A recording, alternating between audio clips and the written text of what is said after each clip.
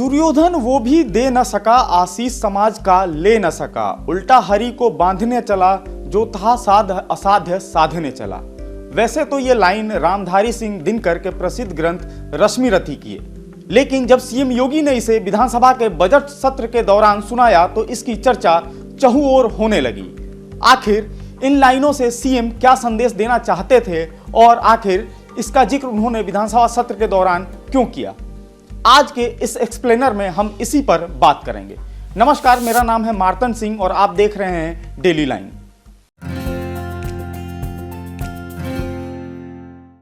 उत्तर प्रदेश के मुख्यमंत्री योगी आदित्यनाथ ने बुधवार को विधानसभा में अयोध्या में रामलला की प्राण प्रतिष्ठा का जिक्र किया। लगे हाथों काशी और मथुरा में मंदिर मस्जिद विवाद की तरफ भी इशारा किया। अयोध्या में बालक राम की प्रतिमा की प्राण प्रतिष्ठा के एक महीने के अंदर ही योगी ने मथुरा और काशी की बात की है। योगी आदित्यनाथ ने कहा, यह मेरा और मेरी सरकार का सौभाग्य है कि हमने अयोध्या दीपोत्सव को संभव बनाया, जो एक राष्ट्रीय उत्सव बन गया। अयोध्या नगरी को पिछली सरकारों ने निषेधाज्ञा और कर्फ्यू के दायरे में ला दिया था। सदियों तक अयोध्या को गलत इरादों से अभिशाप दिया गया। इसे सुनियोजित तिरस्कार का सामना करना पड़ा। जन भावनाओं के साथ साथ ऐसा व्यवहार शायद कहीं और नहीं देखा गया।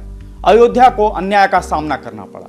योगी आदित्यनाथ ने आगे कहा कि जब मैं अन्याय के बारे में बोलता हूं तो हमें 5000 साल पुरानी बात याद आती है। उस समय पांडवों के साथ भी अन्याय हुआ था। अयोध्या और काशी के साथ साथ मथुरा के साथ भी ऐसा ही हुआ था। रामधारी सिंह दिनकर की रश्मिरथी का हवाला देते हुए योगी आदित्यनाथ ने कहा कि कौरवों के पास भगवान कृष्ण गए थे और कहा था कि हमें सिर्फ 5 गांव दे दो, जितनी जमीन तुम्हारे पास है रख लो, हम खुशी से वही खाएंगे। इसी के साथ सीएम ने यह भी कहा कि वाराणसी में ज्ञानव्यापी स्थल को 12 ज्योतिर्लिंगों में से एक माना जाता है। इसके बाद सीएम योगी की इस बात की चर्चा सियासी गलियारों में खूब होने लगी। अब बात करेंगे ज्ञानव्यापी के बारे में। आखिर क्या है विवाद और सीएम योगी ने इसका जिक्र किया, तो उसके बाद जब चर्चा चारों तरफ चल निकली तो आखिर ज्ञानव्यापी मामले में कब कब क्या क्या हुआ, इस पूरे टाइमलाइन के बारे में हम बात करेंगे अगर तो ज्ञानव्यापी मस्जिद का निर्माण कराने वाला औरंगजेब को माना जाता है। हिंदू पक्ष का दावा है कि यहाँ पर भगवान विश्वेश्वर का स्वयंभू ज्योतिर्लिंग था, जिसको तोड़कर औरंगजेब ने यहाँ मस्जिद बनाई थी। 1991 में सबसे पहले सोमनाथ व्यास, रामरंग शर्मा और हरिहर पांडे ने भगवान विश्वेश्वर की ओर से वाराणसी कोर्ट में पहली याचिका दाखिल की थी। इस याचिका में पूजा करने की अनुमति मांगी गई थी। साथ ही इसमें बताया गया था कि मंदिर के अवशेषों से ही मस्जिद का निर्माण किया गया है। 1993 में ज्ञानव्यापी के मुकदमे में स्टे लगा दिया गया। कोर्ट ने दोनों पक्षों से यथास्थिति बनाए रखने का आदेश दिया। फिर उसके बाद 1998 में मामले की दोबारा सुनवाई शुरू हुई, लेकिन अंजुमन इंतजामिया मस्जिद कमेटी ने हाईकोर्ट में यह तर्क दिया कि मामले की सुनवाई सिविल कोर्ट में नहीं हो सकती है। हाईकोर्ट ने सिविल कोर्ट में मामले की सुनवाई पर रोक लगा दी। 22 साल बाद 2019 में भगवान विश्वेश्वर की ओर से विजय शंकर ने बनारस कोर्ट में मुकदमा कर ASI सर्वे कराने की मांग की। 2020 में अंजुमन इंतजामिया मस्जिद कमेटी ने याचिका का विरोध किया। 2021 में श्रृंगार गौरी की पूजा दर्शन करने की मांग करते हुए 5 महिलाओं रेखा पाठक, मंजू व्यास, लक्ष्मी देवी, राखी सिंह और सीता शाह ने एक अन्य याचिका दाखिल की।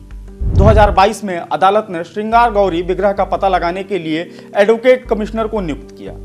उसके बाद 26 अप्रैल 2022 को सिविल कोर्ट ने ज्ञानव्यापी परिसर के सर्वेक्षण का आदेश दिया।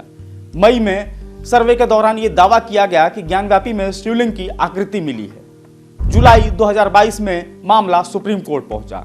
कोर्ट ने जिला अदालत के फैसले का इंतजार करने को कहा।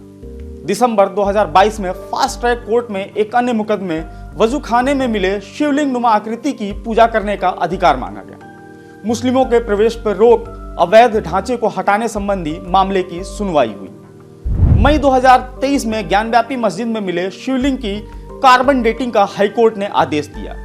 7 दिन बाद सुप्रीम कोर्ट ने आदेश पर रोक लगा दी।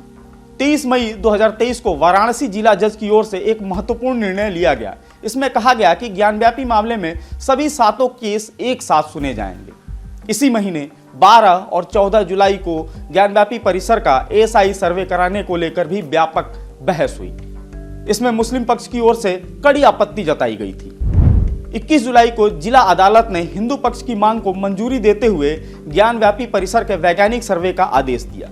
उसके बाद 24 जनवरी 2024 को जिला जज डॉक्टर अजय कृष्ण विश्वेश की अदालत ने बुधवार को फैसला सुनाया। जिला जज ने वादी पक्ष को सर्वे रिपोर्ट दिए जाने का आदेश दिया। 25 जनवरी 2024 को रिपोर्ट सार्वजनिक कर दी गई। रिपोर्ट के मुताबिक ज्ञानव्यापी में मंदिर का स्ट्रक्चर मिला। इस पर हिंदू पक्ष ने खुशी जताई।